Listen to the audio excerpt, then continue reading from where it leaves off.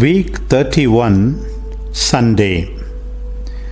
A reading from the Constitution of the Second Vatican Council on the Church in the Modern World. On fostering peace. Peace is not merely the absence of war, nor can it be reduced solely to the maintenance of a balance of power between opposing forces, nor can it arise out of government by tyranny. Instead, it is rightly and properly called the effect of justice. Peace is the fruit of the harmony built into human society by its divine founder and is brought about by men as they strive to attain an even more perfect justice.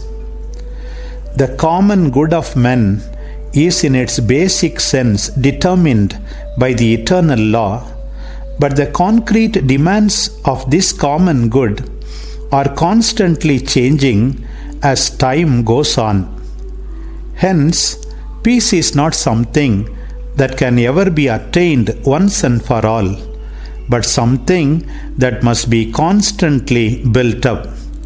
Furthermore, because the human will is unstable and enfeebled by sin, peace will only be safeguarded by the discipline that each individual constantly exercises over himself and by the vigilance of lawful authority. Even this is not enough. A peace of this kind cannot be obtained on earth unless the welfare of individual persons is carefully protected and unless men are prepared freely and trustingly to share with each other the riches of their own minds as well as their talents. A firm determination to respect the dignity of other men and other peoples, as well as a deliberate practice of fraternal love, are absolutely essential if peace is ever to be achieved.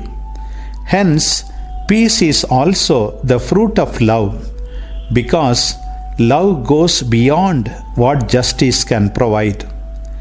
Peace on earth, which arises from love of one's neighbor, symbolizes and derives from the peace of Christ, who proceeds from God the Father.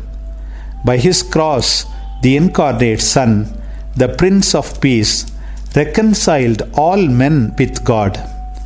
In this way, he restored the unity of all men in one people and one body. He abolished hatred by his own death, and when he had been lifted on high in the resurrection, he poured the spirit of love into the hearts of men.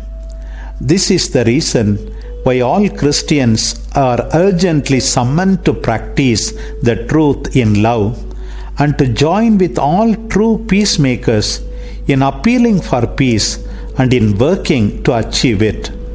In that spirit, we cannot fail to express our admiration for those who renounce the use of violence to vindicate their rights and who resort to those means of defense which are also available to weaker parties, provided that this can be done without injury to the rights and duties of others or of the community itself.